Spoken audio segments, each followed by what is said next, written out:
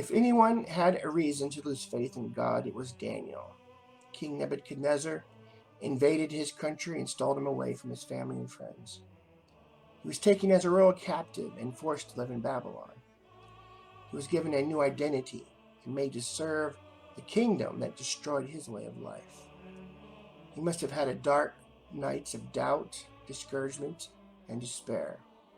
But even in the midst of all his suffering, Daniel refused to give up faith in God.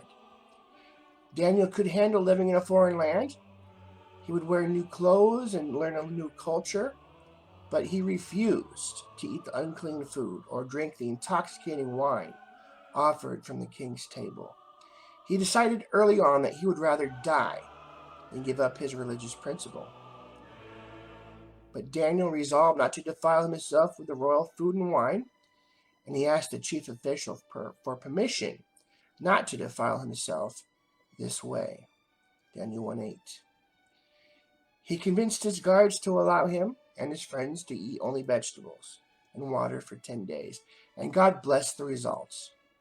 And at the end of the 10 days, they looked healthier and better nourished than any of the young men who ate the royal food.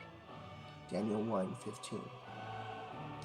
How many of us have the honor, courage, and commitment to stand up for religious principle in the face of death?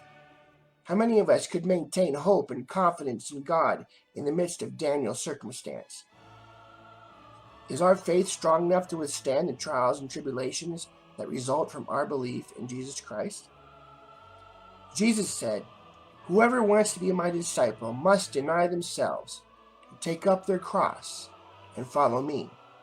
For whoever wants to save their life will lose it.